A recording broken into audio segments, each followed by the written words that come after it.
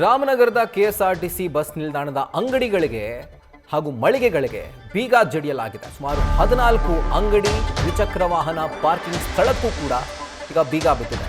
ಕಾರಣ ಏನು? ಯಾವ ವ್ಯಕ್ತಿ ಟೆಂಡರ್ ಅನ್ನು ಪಡೆದುಕೊಂಡಿದ್ನೋ ಆತ ಕೆಎಸ್ಆರ್ಟಿಸಿ ನಿಗಮಕ್ಕೆ ಬಾಡಿಗೆ ಹಣವನ್ನು ಪಾವತಿ ಮಾಡಿಲ್ಲ. ಹೀಗಾಗಿ ಹೈಕೋರ್ಟ್ ಆದೇಶ ಆಗಿತ್ತು. ಹೈಕೋರ್ಟ್ ಆದೇಶ ಹಿನ್ನೆಲೆ ಅಧಿಕಾರಿಗಳೇ ಖುದ್ದಾಗಿ ಮುಂದೆ ನಿಂತು ಕೆಎಸ್ಆರ್ಟಿಸಿ ಬಸ್ ನಿಲ್ದಾಣದ 14 ಅಂಗಡಿಗಳು ಹಾಗೂ ದ್ವಿಚಕ್ರ ವಾಹನ ಪಾರ್ಕಿಂಗ್ ಸ್ಥಳಕ್ಕೆ ಬೀಗ ಜಡಿದಿದ್ದಾರೆ. ಯಾರೋ ಮಾಡಿದ ತಪ್ಪಿಗೆ ಪಾಪ ಅಮಾಯಕರ ಪಾಡು ಈಗ ಬೀದಿಗೆ ಬಿದ್ದಿದೆ. ಕೆಲಕಾಲ ಘರ್ಷಣೆ ಕೂಡ ಉಂಟಾಯಿತು ಆ ಒಂದು ಜಾಗದಲ್ಲಿ.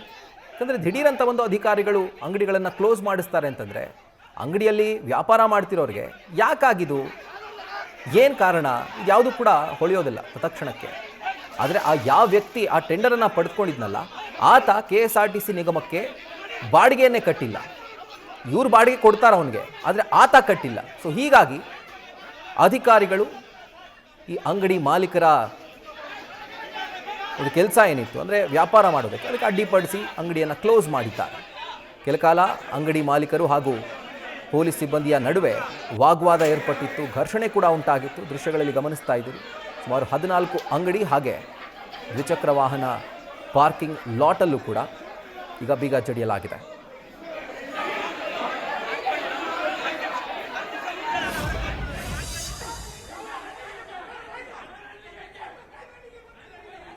ಇದರ ಕುರಿತಂತೆ ಡೀಟೇಲ್ಸ್ ಅನ್ನು ನೀಡ್ತಾ ಹೋಗ್ತಾರೆ ನಮ್ಮ ಪ್ರತಿನಿಧಿ ಮೋಹನ್ ಅರೆಕೆರೆ. ಈಗ ಫೋನ್ ಮುಖಾಂತರ ಜಾಯಿನ್ ಆಗಿದ್ದಾರೆ. ಮೋಹನ್, ಈಗ ಯಾವ ವ್ಯಕ್ತಿ ಟೆಂಡರ್ ಪಡ್ಕೊಂಡಿದ್ನೋ ಆತನಿಂದ ಇನ್ನೊಬ್ಬ ಈ ರೀತಿಯಾಗಿ ಕೈ ಬದಲಾವಣೆ ಆಗಿದೆ. ಎಕ್ಸಾಕ್ಟ್ ಆಗಿ ಏನಿದು ಪ್ರಕರಣ?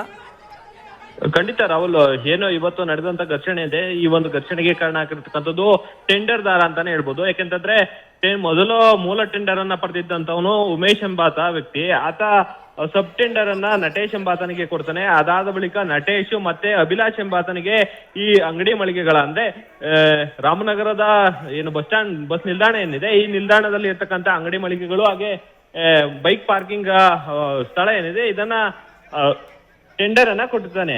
ಈ ಒಂದು ಸಂದರ್ಭದಲ್ಲಿ ಈ ಅಭಿಲಾಷ್ ಏನಿದ್ದಾನೆ ಈತ ಏನು ನಿಗಮಕ್ಕೆ ಕೂಡ ಯಾವುದೇ ಒಂದು ಹಣವನ್ನ ಕಟ್ಟಿರೋದಿಲ್ಲ. ಕಳೆದ 1 ವರ್ಷದಿಂದ 2 ಕೋಟಿಗೂ ಅಧಿಕ ಹಣವನ್ನ ಬ್ಯಾಲೆನ್ಸ್ ಅನ್ನ ಇಟ್ಕೊಂಡಿರ್ತಾನೆ. ಈ ಒಂದು ಸಂದರ್ಭದಲ್ಲಿ ಕಳೆದ 6 ತಿಂಗಳ ಹಿಂದೆ ಅಷ್ಟೇ ಇಲ್ಲಿಯ ಅಧಿಕಾರಿಗಳು ಅಂದ್ರೆ ಕೆಎಸ್ಆರ್ಟಿಸಿ ನಿಗಮದ ಅಧಿಕಾರಿಗಳು ಕೂಡ ಸದ್ಯ ಆ ಒಂದು ಏನು ಅಂಗಡಿ ಮಳಿಗೆಗಳನ್ನ ಕ್ಲೋಸ್ ಮಾಡುವಂತ ಕೆಲಸವನ್ನ ಮಾಡ್ಲಿಕ್ಕೆ ಮುಂದಾಗ್ತಾರೆ. ಈ ಒಂದು ಸಂದರ್ಭದಲ್ಲಿ ಅಂಗಡಿ ಮಳಿಗೆಗಳಿಗೂ ಹಾಗೆ ಕೆಎಸ್ಆರ್ಟಿಸಿ ಅಧಿಕಾರಿಗಳಿಗೂ ಕೂಡ ಸಾಕಷ್ಟು ವಾಗ್ವಾದ ಆಗುತ್ತೆ. ಇದನ್ನ ಕೋರ್ಟ್ ಮೆಟ್ಟಿಲು ಕೂಡ ಏರ್ತಾರೆ. ಕೋರ್ಟ್ ಮೆಟ್ಟಿಲು ಏರಿದಂತ ಸಂದರ್ಭದಲ್ಲಿ ನಿನ್ನೆ ಅಷ್ಟೇ ಕೋರ್ಟ್ ಆದೇಶವನ್ನ ನೀಡಿರ್ತಕ್ಕಂಥದ್ದು. ಯಾಕೆಂತಂದ್ರೆ ಏನು ಕೆಎಸ್ಆರ್ಟಿಸಿ ನಿಗಮಕ್ಕೆ ಈಗಾಗಲೇ ಕಟ್ಟಬೇಕಾದಂತ 2 ಕೋಟಿ ಹಣದಲ್ಲಿ ಹೈಕೋರ್ಟ್ ಕೂಡ ಒಂದು ಆದೇಶವನ್ನ ನೀಡುತ್ತದೆ. ಅಂದ್ರೆ 50 ಲಕ್ಷ ಹಣವನ್ನಾದ್ರೂ ಈತ ಕಟ್ಟಿದ್ರೆ ಈ ಅಂಗಡಿ ಮಳಿಗೆಗಳನ್ನ ಅವರೇ ಮುಂದುವರಿಸಬಹುದು ಅನ್ನೋ ಒಂದು ನಿಟ್ಟಿನಲ್ಲಿ ಆದೇಶವನ್ನ ನೀಡಿರುತ್ತೆ. ಆದ್ರೆ ಆತ ಅಭಿಲಾಷನ್ ಇದ್ದಾನೆ, ಈತ 25 ಲಕ್ಷ ಹಣವನ್ನ ಮಾತ್ರ ನೀಡುತ್ತಾನೆ. ಹೀಗಾಗಿ ಕೋರ್ಟ್ ಕೂಡ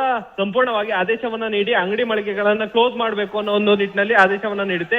ಈ ಹಿನ್ನೆಲೆಯಲ್ಲಿ ಏನು ಕೆಎಸ್ಆರ್ಟಿಸಿ ನಿಗಮದ ಅಧಿಕಾರಿಗಳು ಹಾಗೆ ಪೊಲೀಸ್ ಅವರು ಕೂಡ ಸದ್ಯ ಸ್ಥಳಕ್ಕೆ ಬಂದು ಅಂಗಡಿ ಮಳಿಗೆಗಳಿಗೆ ಬೀಗ ಹಾಕಿಸುವಂತ ಕೆಲಸವನ್ನ ಮಾಡ್ಲಿಕ್ಕೆ ಮುಂದಾಗ್ತಾರೆ. ಈ ಒಂದು ಸಂದರ್ಭದಲ್ಲಿ ಸಾಕಷ್ಟು ಮಾತಿನ ಚಕಮಕಿ ನಡೆಯುತ್ತೆ. ಅಂದ್ರೆ ಕೋರ್ಟ್ ಆದೇಶವೇ ಇಲ್ಲದೆ ನಮ್ಗೆ ಒಂದು ಅಂಗಡಿ ಮಳಿಗೆಗಳನ್ನ ಕ್ಲೋಸ್ ಮಾಡಿಸಲಿಕ್ಕೆ ಬಂದಿದ್ದಾರೆ ಅನ್ನೋದು ಅವರ ಆರೋಪ ಆಗಿರ್ತಕ್ಕಂಥದ್ದು. ಹೀಗಾಗಿ ಕೋರ್ಟ್ ಆದೇಶ ಇಲ್ದಲೆ ನಾವು ಯಾವುದೇ ತರದ ಅಂಗಡಿ ಬೀಗಗಳನ್ನ ಹಾಕ್ಸ್ಲಿಕ್ಕೆ ಬಂದಿಲ್ಲ ಅನ್ನೋ ಒಂದು ನಿಟ್ಟಿನಲ್ಲಿ ಅಧಿಕಾರಿಗಳು ಕೂಡ ಸಾಕಷ್ಟು ಮಾತಿನ ಚಕಮಕಿಯನ್ನ ನಡೆಸ್ತಾರೆ. ಈ ಒಂದು ಸಂದರ್ಭದಲ್ಲಿ ಸಾಕಷ್ಟು ನೂಕಾಟ, ತಳ್ಳಾಟ, ಘರ್ಷಣೆಗಳು ಕೂಡ ಆಗಿರ್ತಕ್ಕಂಥದ್ದು.